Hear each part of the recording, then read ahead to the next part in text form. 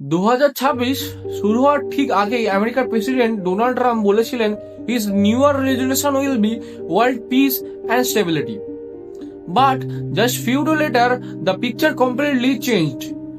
2রা জানুয়ারি হঠাৎ করেই ভেনেজুয়েলার ওপর বড় আকারে একটি সামরিক অভিযান চালিয়ে দেন। প্রথমে আকাশ থেকে বম্বিং শুরু হয়, তারপর বিশেষ বাহিনী নেমে আসে মাটিতে। ইট ওয়াজ ফুললি স্কেলড মিলিটারি অপারেশন।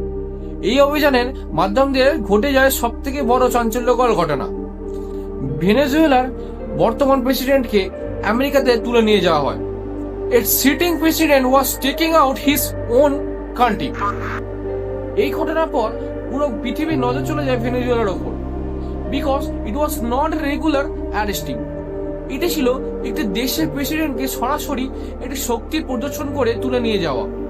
আমেরিকার পক্ষ থেকে দাবি করা হয় ভেনেজুয়েলার প্রেসিডেন্ট দীর্ঘদিন ধরে মার্কিন যুক্তরাষ্ট্রের ড্রাগসের পাচার শুরু করেছিলেন। এই কারণে এই অভিযান, that was the official explanation. কিন্তু বিশ্বের রাজনীতি যারা একটু বোঝেন তারা জানেন এইটা এত বড় ঝুঁকি নেওয়া ঠিক হয়নি শুধুমাত্র ড্রাগসের জন্য। So the question is simple but disturbing. যদি এইটি শুধু ড্রাগসের জন্যই তৈরি করা হয়েছিল, এতটা ঝুঁকি নিল কেন আমেরিকা? ভেনেজুয়েলা এমন একটি দেশ যার কিছু সম্পদ শুধু দেশটা নয়, গোটা বিশ্বকে নাড়িয়ে দিতে পারে। এই সত্যটা পৃথিবীর বেশিরভাগ শক্তিশালী দেশই জানে, and that where thing get complicated. এই ঘটনার পর ভেনেজুয়েলার সাধারণ মানুষের মনে ভয় নেই কেন? এমনকি সেরকমভাবে বিক্ষোভও দেখতে পাচ্ছি না। এর থেকে বেশি আমরা হয়তো দেখতে পাচ্ছি তারা আনন্দেই রয়েছে।